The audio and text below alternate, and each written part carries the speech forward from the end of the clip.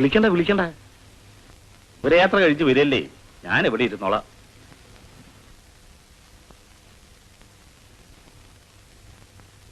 അയാൾ അവിടെ അകത്ത് കയറി ഇരിക്കുകയാണ്. ആ കുറുപ്പ് ഇരിക്കട്ടെ. അവിടെ ഇരിക്കുന്ന ആ കുപ്പി, ശരി. 2 ഗ്ലാസ്, ഒരു പാത്രത്തിൽ കുറച്ച് വെള്ളം. ഞാൻ വിളിക്കുമ്പോ കൊണ്ടുവരണം. ഓ.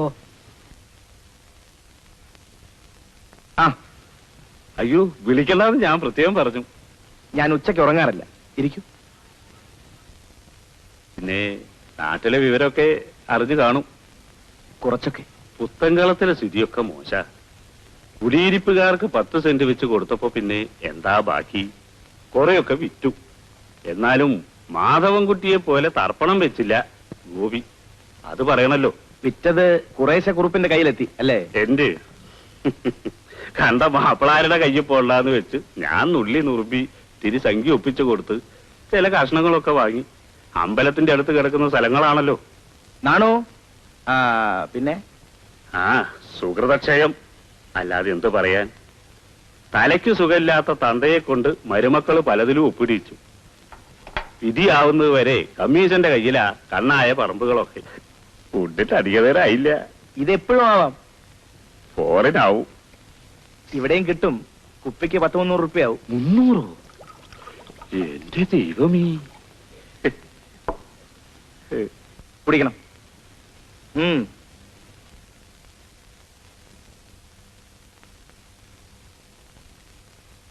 ഗോപി പ്രത്യേകം അന്വേഷിച്ചു. ഞാൻ ചെന്ന് വിവരം പറഞ്ഞു.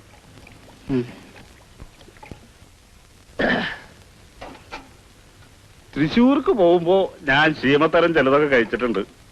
എന്നാലും ഇത് വല്ലാത്തൊരു സാധനം തന്നെ.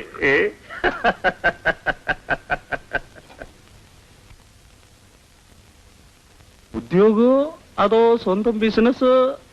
ചെറിയ ജോലിയുണ്ട്. ആഹാ.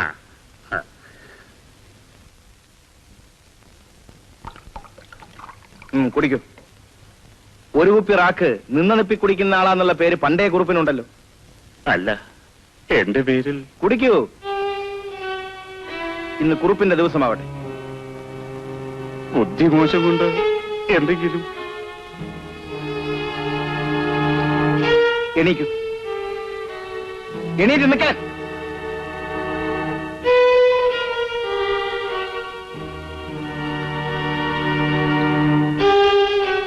കുറുപ്പേ, ഓർമ്മിച്ച് പറയണം. എന്നെ നോക്ക്. പണ്ടൊരു മാല കെട്ട കേസില്ലേ, കുളക്കടവിലെ മാല. അതിനെന്താ വില? അതിപ്പോ കുറുപ്പിനെ ഞാൻ ഏൽപ്പിക്കാം. അത് പിന്നെ കിട്ടി. തോട്ടത്തിലെ വഴിയിൽ വീണ് കിടക്കുന്നത് പണിക്കാരത്തി കണ്ടു. വെറുതെ രാജന്റെ പേരിൽ. വീട്ടിൽ എല്ലാവരും ഇല്ലേ? അച്ഛനും അമ്മയും മരിച്ചു. ഓഹോ. ഏട്ടൻ പാടത്ത് പണിക്ക് പോകും. നീ എന്തേ പഠിക്കാനൊന്നും പോയില്ല? 7 വരെ. അപ്പോഴാ അച്ഛൻ മരിച്ചത്. അച്ഛന് കോടതിയിൽ ശിപ്പായി പണിയായിരുന്നു. കുറുപ്പേ, പാടത്ത് വെച്ച് കുറുപ്പ് ഒരു ചെറുമനെ ഇടിച്ച കഥ കേട്ടിട്ടുണ്ട്. എടുത്തോണ്ട് പോകുമ്പോ ചാളയിൽ എത്തുന്നതിന് മുമ്പേ മരിച്ചു ഇല്ലേ? ഇപ്പോഴും ആരോഗ്യത്തിനൊരു കുഴപ്പവുമില്ല അല്ലേ? ഈ കൈയുണ്ടോ? ഞാൻ കമ്പി വളച്ചിട്ടുണ്ട്, ഇഷ്ടിക ചുമന്നിട്ടുണ്ട്. പക്ഷേ ഇപ്പോഴൊന്നും ചെയ്യുന്നില്ല. കഴിഞ്ഞതിനൊക്കെ മാപ്പ് തന്നു എന്ന് ഇവിടുന്ന് പറഞ്ഞാലേ കുറുപ്പ് ഇവിടുന്ന് പോകും. പറയേണ്ടത് നന്ദിയാണ്. അച്ഛനാരെ, ഇയാളെ വീട്ടിൽ കൊണ്ടുപോയി വിടൂ. അയ്യോ, ഞാൻ ഈ നിലയിൽ ചെന്നാൽ നാരായണി. അത് പറ്റില്ല. ക്ഷണിച്ചവർക്കൊരു ചുമതലയുണ്ടല്ലോ. പോണം. വണ്ടി എടുത്തോളൂ. വീട്ടിൽ വേണ്ടെങ്കിൽ അങ്ങാടിയിൽ വിട്ടോളൂ.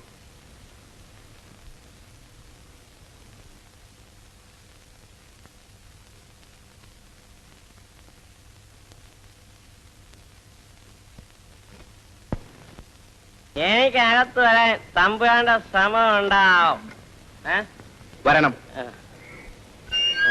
ഞാനാണ് മാധവൻകുട്ടി. അറിയാം. അകത്ത് വരണം. ഞാൻ അല്പം കഴിച്ചിട്ടുണ്ട്. ഞാനും. പറമ്പും നിലവും പോയാലും ഞാൻ ഇപ്പോഴും മേലെ പറമ്പിലെ മാധവൻകുട്ടി തന്നെയാണ്. എന്നെ തരാൻ ഇവിടെ ഒരു മുതലാളിമാരും വളർന്നിട്ടില്ല. മാധവൻകുട്ടി, ഒന്നുകിൽ അകത്ത് വാ, അല്ലെങ്കിൽ വീട്ടിൽ പോ. എന്നാ നീ കൽപ്പിക്കണം. നിങ്ങൾ ദയവായി ഇയാളെ വീട്ടിൽ കൊണ്ടുപോയാക്കണം, അല്ലെങ്കിൽ ഞാൻ എന്തെങ്കിലും ചെയ്തു പോകും.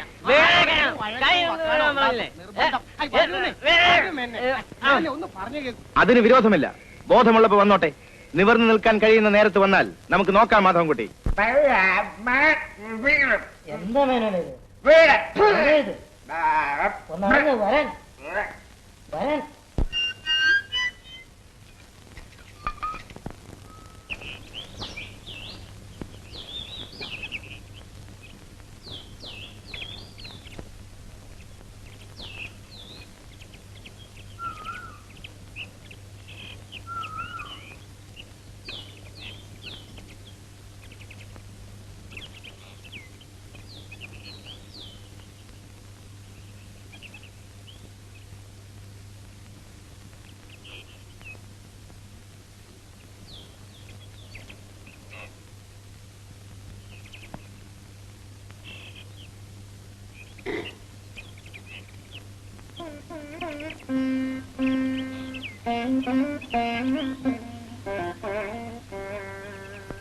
ഇരിക്കൂ.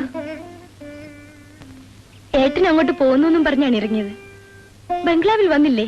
ബംഗ്ലാവ്? ഇവിടങ്ങളിൽ അതിന് രാജന്റെ ബംഗ്ലാവ് എന്നാ പറയാറ്. ബംഗ്ലാവ് അതൊരു ചെറിയ വീടാണ്, അത്രക്കേ ആവശ്യമുള്ളൂ. കയറിയിരിക്കൂ. ഇങ്ങോട്ടിരിക്കാമല്ലോ. ഓ, ഇവിടെ മതി. ചാരുവടി പൊളിഞ്ഞിരിക്കുന്നു, മുണ്ട് കീറണ്ട. പക്ഷേ തൂണുകൾക്കൊന്നും ക്ഷീണം പറ്റിയിട്ടില്ല.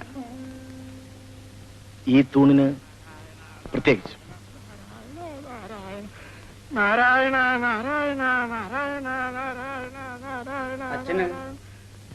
ഒരു വ്യത്യാസവും ഇല്ല. 2 ദിവസമായി നാമജപം തുടങ്ങിയിട്ട്. കഥകളിപ്പദം തുടങ്ങിയ പിന്നെ അത് തന്നെയായി കുറച്ച് ദിവസം. ചിലപ്പോ മാസങ്ങളോളം മിണ്ടാതിരിക്കും. ഇരിക്കൂട്ടോ, വല്യമ്മ വിളിക്കുന്നു.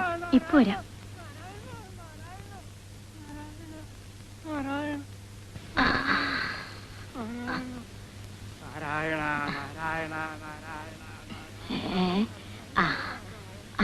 ഞാനിവിടെ ഉണ്ട്. ഇപ്പോ കണ്ണ് കാണുന്നില്ല തീരെ. പഴയ നിർണയം വെച്ച് കുളിമുറി പോവും, വന്ന് കിടക്കും. നടക്കാൻ വിഷമുണ്ടെങ്കിൽ എന്നെ അകത്തേക്ക് വിളിക്കായിരുന്നില്ലേ? ഇരുന്നോളൂ കേട്ടോ.